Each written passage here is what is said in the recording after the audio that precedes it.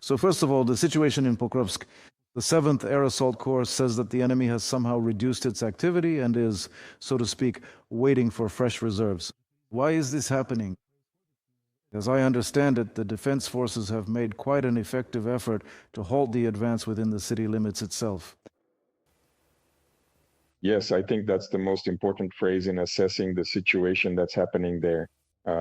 During the counter-sabotage operation, the Ukrainian defense forces here, that is the fighting on the part of the defense forces, the units, the actions of the units are aimed at stabilizing the situation. Since the enemy is operating in groups in almost all areas of the city and in the southern districts, they have already managed to gain a foothold.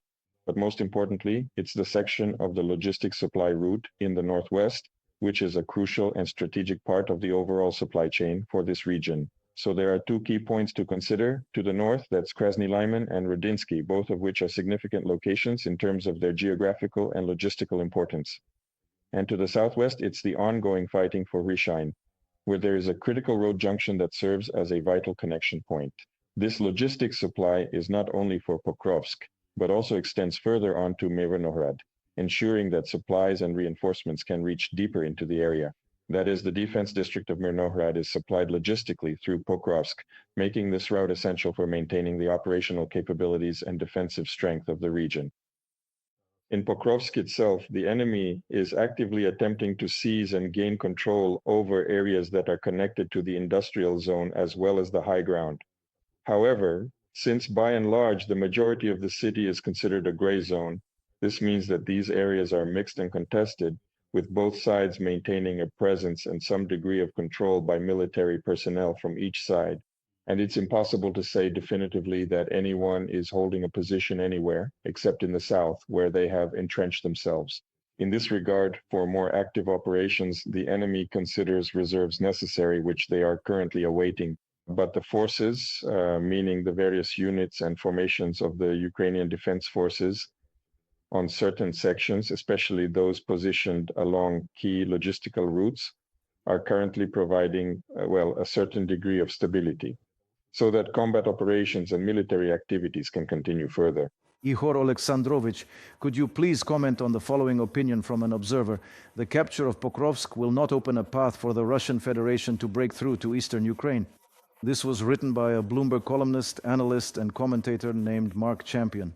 He notes that over the past 3 years, Russia has chosen central Ukrainian cities as key targets for its invasion.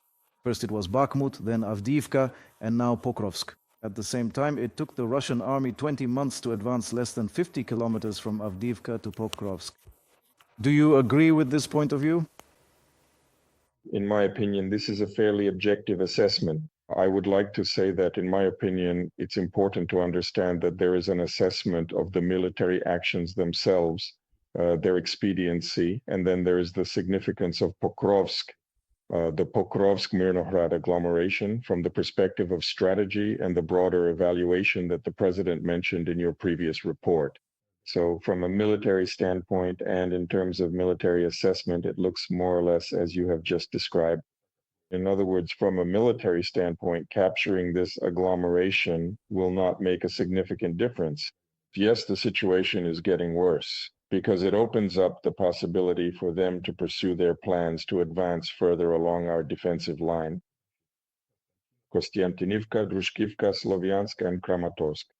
But the talk about the front collapsing, as some are saying, is not an accurate assessment of the situation. But from a strategic point of view, Putin needs to show, first and foremost to Trump in the United States, that the situation must be changed, that military aid, equipment, and ammunition to Ukraine should be stopped, and that it is necessary to move towards fulfilling their ultimatum demands. This position is not new, it's propaganda, but there is this connection with the outcomes of military operations in the Donetsk region. Both sides understand this. That's why the fighting is, I would say, desperate, and urban combat is always costly, with all the resulting consequences. Let's talk about other sections of the front. In the Kherson region, Russian troops are trying to approach Ukrainian positions from the direction of the temporarily occupied Oleshki. This was reported by Colonel Alexander Zavtonov, spokesperson for the 30th Marine Corps of the Ukrainian Navy, According to his information, the Russian occupiers are operating in small groups. Their usual tactic is 2 or 3 people at a time, but Ukrainian intelligence detects and eliminates them in a timely manner. Also, according to Zavtonov, the Russians are trying to gain a foothold in the island zone. Sometimes they manage to do this, but not for long. After that, they hide, waiting for rotation, but are often abandoned by their commanders. Most of them are killed, while some manage to surrender to the Ukrainian Defense Forces. Overall, how do you assess the situation in the south? Well, we can talk about both the Kherson and Zaporizia regions. How serious is the enemy's advance there, and to what extent is this, let's say, a secondary operation compared to Pokrovsk?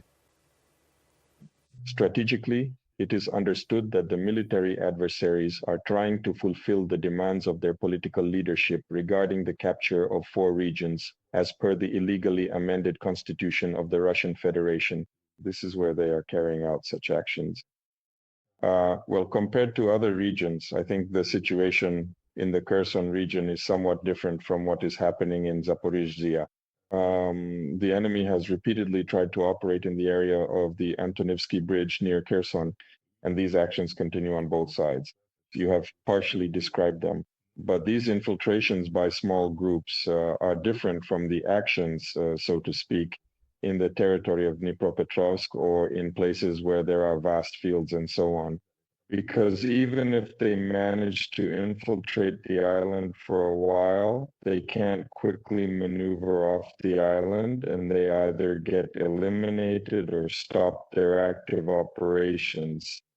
In other words, in my opinion, they are unable to significantly change the situation in terms of advancing in the Kherson region. The situation in Zaporizhzhia is somewhat different. A little over a month ago, as we remember, they were transferring their reserves to this section of the front, in particular, redeploying troops from Sumy region and other areas in order to intensify their actions. And this is happening in the Hulyapol direction and in the Orikhiv direction. In the Orikhiv direction, this means the enemy is advancing from Kamyanske, if you look at the map, towards Stepnohirsk, Primorske, and Plavny. Plavny borders what remains of the sea, which is where, and they believe that they were the ones controlling the situation there. However, a few days ago, the Ukrainian Defense Forces managed to carry out successful raids, combat operations like that, and halt some of the advances, thereby changing the situation in their favor, in favor of the Ukrainian Defense Forces. However, one way or another, these hostilities are taking place on the western flank of the line of contact in Zaporizhzhia.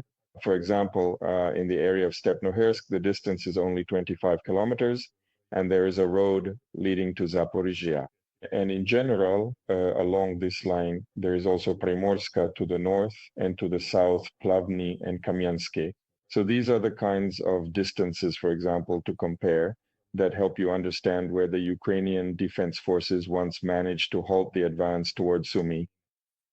That's why it's clear that this area is unsafe, and there are intense battles of a very high level taking place there. So when comparing Zaporizhia and Kherson regions, of course, everything looks more complicated in Zaporizhia. Alexander Vyacheslavovich, let's take just one more minute of airtime. Let's talk about Crimea, about what's happening there.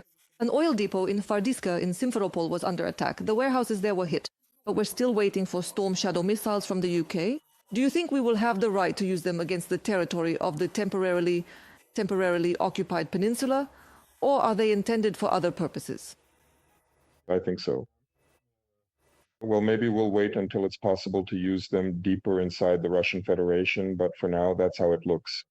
And the situation is different when it comes to airstrikes on military targets deep inside Russian territory, where these are carried out by unmanned strike drones of Ukraine's defense forces. But when it comes to military targets in temporarily occupied Crimea, we see that joint actions are being carried out using such means as our strike drones, as well as missile weapons and missile drones. Of course, this produces a greater effect in terms of striking these targets. Given that corridors are first breached in the enemy's air defense system, the depth of strikes on targets appears much more substantial and noteworthy in the territories of temporarily occupied Crimea. I think that this kind of tactic, accumulating our resources, as well as changing the approach regarding whether or not we allow our allies to use their missile weapons on the territory deep inside the Russian Federation,